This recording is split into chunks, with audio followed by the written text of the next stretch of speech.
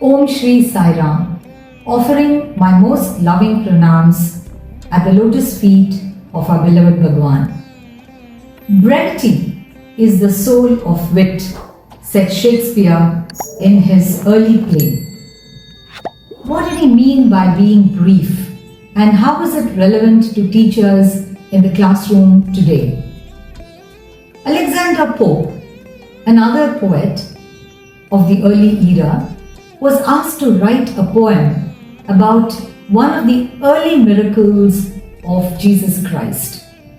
Now, it was at a wedding at Cana where Christ visited the wedding, where the wine was falling short. It was not enough to go around to all the guests. So Mother Mary asks Christ to do something about it and save the honor of the bride's father. So the Lord just looked at the water. He had asked for barrels of water to be brought there, and he converted that into wine, and the wedding at Cana went off very well. Now this is being narrated in one of the early parables of Jesus Christ. Alexander Pope the poet was asked to write a poem about this incident. He just said that in one sentence. He said there is no need for me to write a complete poem about it. And he wrote only one sentence to describe this miracle. He said, "The Lord beheld the water and it blushed." That is what we mean by brevity. Sometimes the most pithy lessons come only in bite-sized small forms.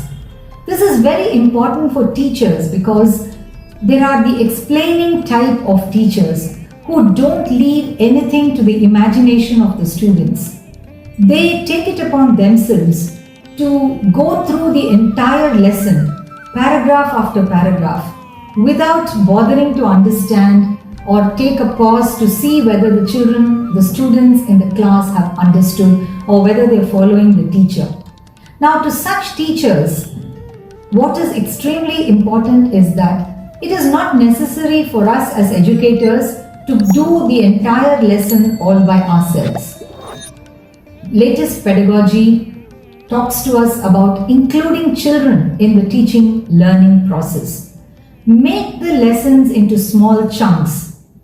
Give these chunks to the students and ask them to explain. We have various tools like the jigsaw method, the chunking method, the do-it-yourself method, the 3-2-1 technique, the gallery walk.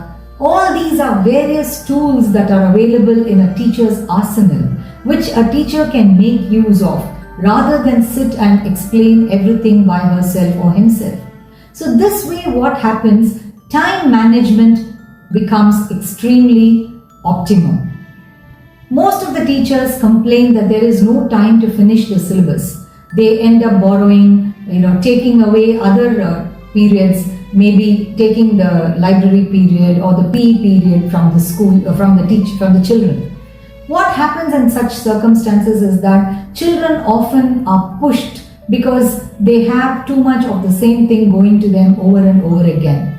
But a wise teacher is one who is able to complete the entire syllabus that has been given to her. The curriculum goals are met even within the classroom hours that have been allotted to her. And this can be done only if the teachers follow these various techniques and make the teaching learning process extremely interesting. So therefore, let us as educators remember, brevity is a soul of wit, not only in poetry but also in classrooms. It is important for teachers to go with the flow, to include the children in the teaching learning process so that our time management is extremely bang on and we are able to complete whatever we have to do by including the children also in the entire process. So as always, we offer this at the lotus feet of Bhagwan, and here's wishing you all a great teaching learning experience ahead.